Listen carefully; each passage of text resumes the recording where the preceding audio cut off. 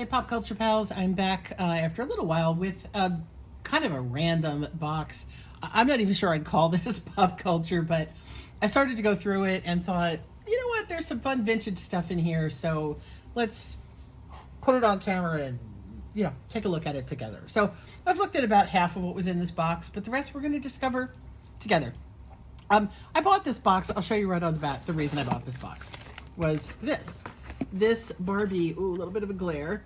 So this is 1970s Barbie teen fashion packs. It's a pack of zippers and buttons. If you didn't know, if you're not a Barbie aficionado, one of the things that makes vintage Barbie clothes so amazing is they used real zippers, real buttons, real snaps. And, they just don't do that anymore. Everything now is just, hook and loop and off you go. So this came with, so I was on a WhatNot, of course, and the guy was building boxes of stuff. He was just trying to clean out. And so he grabbed these and threw them in the box. I would normally have just bid on these, but, what can you do? He threw them in, so off we went. And as a result, he did kind of probably overpay. The box itself was $10 shipping, plus, at least another probably $20 on the box itself. So I don't know, but these are good, and they should sell if I can hold out for a good price. Because again, they're sealed from the 70s. Pretty amazing. Let's see what else we have. I also thought this was pretty cool. Copper Craft Tools, Ferguson and Dosh, Los Angeles. I looked up this company name and found nothing on eBay, nothing online. And it's actually a really nice set of tools to, if you're metalsmithing, you're working in copper, which was, again, all the rage in the 70s, probably when most of the stuff comes from. Not everything in the box, some of it's newer. So, again, I think these have some value. Just, they're neat, they're old. Los Angeles, California. Cool. This guy, I like this guy too. He's, he's just one of those wooden carved bears. He's a fisherman. He's made in China. He's really nothing special. I might end up just redonating him. And again, remember, I didn't buy this box for everything in it. I bought this box for the Barbie stuff. Everything else is just gravy on top. So he's cute, but I kind of did a quick search, and it's just, I don't know. There aren't a lot of them, but they don't really sell. Probably nothing. This is a low level, but I will probably list it. This is really cute. It's an Anne of Green Gables. I don't know if you can see it back there. Here we go. Anne of Green Gables Kindred Spirit collection. It's a little 6-inch doll, and she's very cute. And she's obviously new in her package. There are a couple of these listed anywhere from $10 to $20. This one's a little bit different because she's wearing her apron. A lot of the other ones are in a different dress. So there's a little bit more value here. They don't sell fast, but, I'll put it up at a decent price, and it should eventually sell. Again, whatever I have invested, so no biggie. This one we have to laugh about. Okay, so this is a Valentina. Not Valentino. This is a Valentina tie beanie bear. You will see these red ones. So the white Valentino is very common. This one's maybe a little less common. And you will see people on eBay saying it has typos on here, that something's wrong with the tush tag, and it's worth $800. It's worth $10,000. No joke. Somebody has one of these up right now for $10,000. No. It sells now and then. $4, $8. I'm not a Beanie Baby seller. I'm not even going to bother. If this is worth $10,000, well, somebody at my local thrift store is going to find themselves a bargain because he's getting redonated. There's a couple of really cute Christmas ornaments. This is a soft and snoozy chimer from Jasco. It's a little bell that looks like a little mouse. She's got some fur. I'm not sure on this one. Again, there's a couple of them up. Occasionally they sell. Even though it's a shame, they're vintage, but it's just, I don't know, not enough value. And if I sold a lot of Christmas stuff, I might keep it, or if this was a pop culture character. But again, it's probably going to get redonated. Along with this one, which really surprised me, Holiday Memories Collector Ornament Christmas Mouse made in Hong Kong. So this is definitely older, probably 70s. Look how cute he is. It's adorable. But again, there's a bunch of them up, and they don't seem to really move. I think it's hard. The keyword's tough. It doesn't really have a brand. And yeah, I don't know. Maybe together they'd be something, but it's not really my thing. This is also not really my thing, but I'm probably going to put it up anyway. This is a twist-on watch band. It was actually kind of pricey originally, $6.95, and then it was on sale for $3.48. Because again, I'm thinking, like, look at this thing. This has got to be 70s too, right? 80s max. Like, I don't even think it's 80s. I'm thinking this is 70s. Look at that writing. I don't know if you can get a good look at it there. Sorry, it's not gonna work. So anyway, it's a perfectly sealed watch band, and I think because it's vintage, I'll probably put it up. They do sell in the $8 range. Again, you got to find just the right person who needs that size, repairing a vintage watch. Lifeline. This is something I actually might give to my son. It might be something he needs. I believe what these are just waterproof packs that you could put your, when you're hiking, whatever, you put your first aid kit in with a nice way to hook it to your backpack, for keep stuff dry and safe, matches, stuff like that. So not worth selling, I'm sure, but I'll take a look. All right, we're into stuff. Oh, one more thing, and then we're into stuff I haven't looked at. The little wooden truck. Again, it's cute. It looks, handmade-esque. I mean, I don't think it was actually made. I think it was factory handmade, if that makes sense. But this will just get redonated. It just doesn't have enough. It has no brand or anything to be able to distinguish it, so that's going to definitely go away. All right, let's see. This is stuff I haven't looked at yet. So there's a belt buckle with a saddle on it, but no markings that I can see on the back. No brand name or anything, so it's just generic. It's pretty hefty. It's not bad quality. It's not incredible. This looks like it was kind of glued on afterthought, but again, we sell a lot of costume stuff, so I'll probably put it up. Somebody might want that for a cowboy costume. Mirror kit. What is this?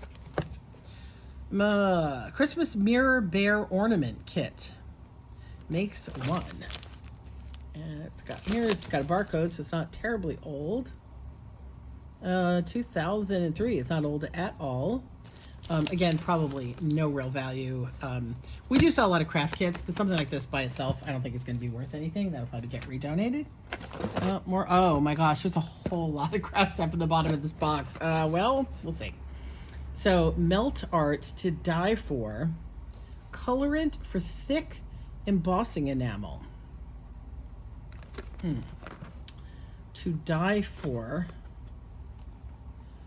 Coloring. Transparent. Hang on, give me one sec. Let's see. Like I said, I have not looked at this stuff yet. To die for belt art. Melt art. Candle making. Enamel. Embossing enamel.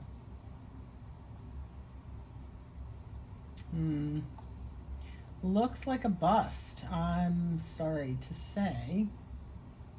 It does look like it's for dyeing candles.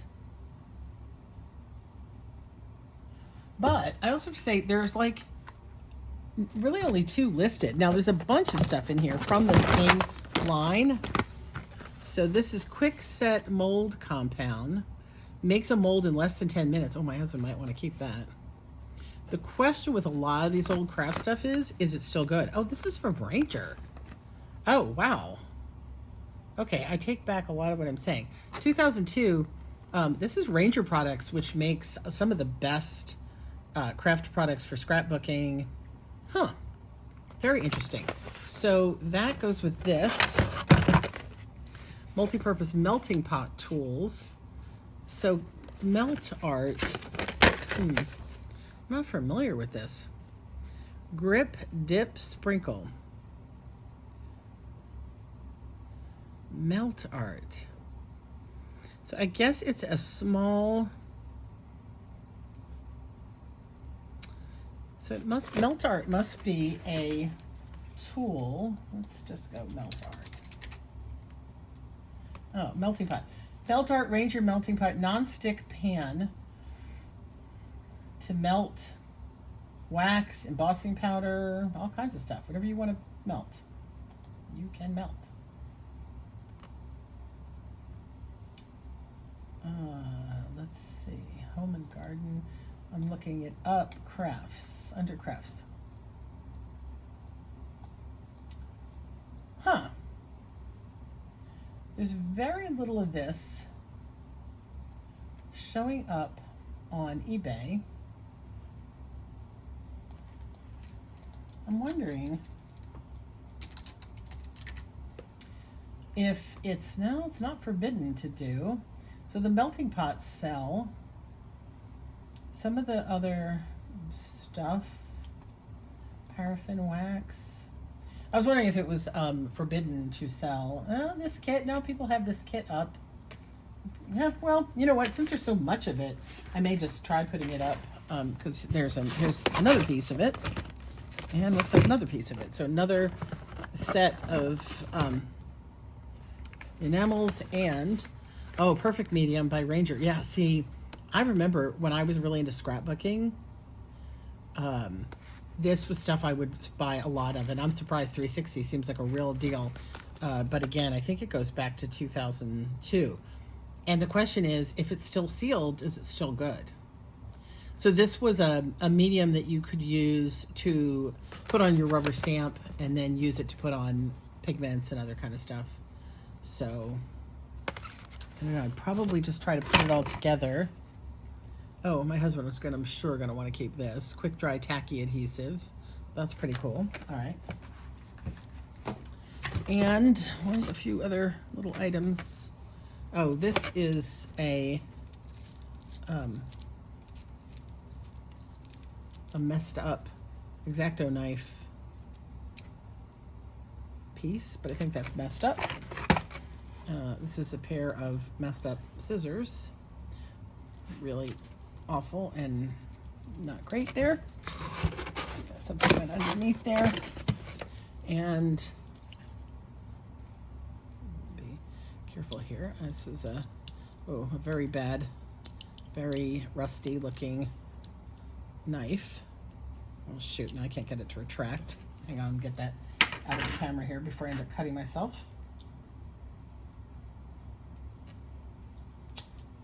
Shoot. Yeah, I cannot get that blade to retract.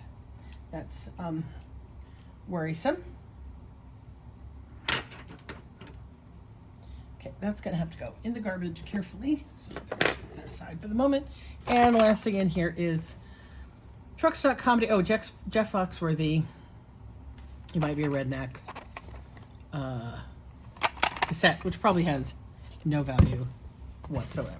So I think some of this stuff is just going to go right into the no-go box. I'm going to look up that Jeff Foxworthy really quick while you're sitting here looking. Jeff Foxworthy Truck Stop Comedy.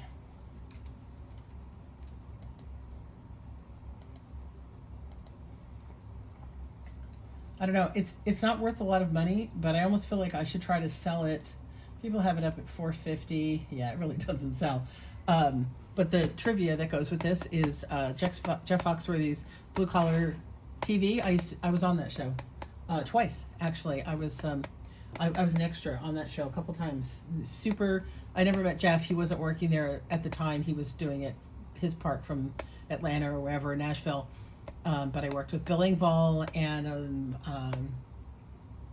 Aya Fields, I think her name was, and a bunch of the other guys. They were super, especially Bill Engvall, amazing, really welcoming, fun group of people to work with. I always appreciate and still remember that experience. So that's what I've got to show you. Just because we're sitting here, I'll show you one other thing that I came up with this week. This is a Mission Beach Santa Christmas ball. This came in a bag that I bought because in it was a set of Department 56 Rockette figurines. Amazing. I'm not showing them to you because we've already listed them. If you find Department 56 Rockettes, grab them. They are worth the bucks. And I don't think I've shown you this yet either. I found this at the store, which I love, but so this is a Cartoon Network Studios, tumbler. It's still got its $2.99 price tag on it. but it's got this huge scratch and a dent here, but not so much about the dent. The scratch is really annoying. Does anybody know, is there a way to fix scratches? I haven't looked that up yet online on metal tumblers, even temporarily, because I don't think anybody's really going to drink out of it. I think they're going to use it as a, collectible. But Cartoon Network Studios is hard to come by. And if you've been watching my videos, you know that I live in Orange County and we get a lot of studio, movie, TV related stuff in my local savers, because I think a lot of people in the area, either worked in the industry and are now cleaning out their collections, or still work in the industry and are just cleaning out the junk. But yeah, a lot of this different studio stuff shows up. So I was really excited to find this, but that was very sad. So I think somebody will still want it even with that, but it definitely affects the value. All right, I think that's where we're going to stop today. Silly stuff that isn't really pop culture. Well, that is. This is of everything. Actually, both of these things, Jeff Foxworthy is also, and then on the side we do tend to sell some California, Hawaii, surfy lifestyle things too. So that was very rambly and weird, and I hope that you saw something interesting or learned something as I went through my rando box of stuff. I hope to be back sooner with something a little bit more along the lines of the pop culture items we normally sell. Until then, let me know what goodies you found this week thrifting or at a garage sale or in your own closet that you forgot you had. I would love to hear about it.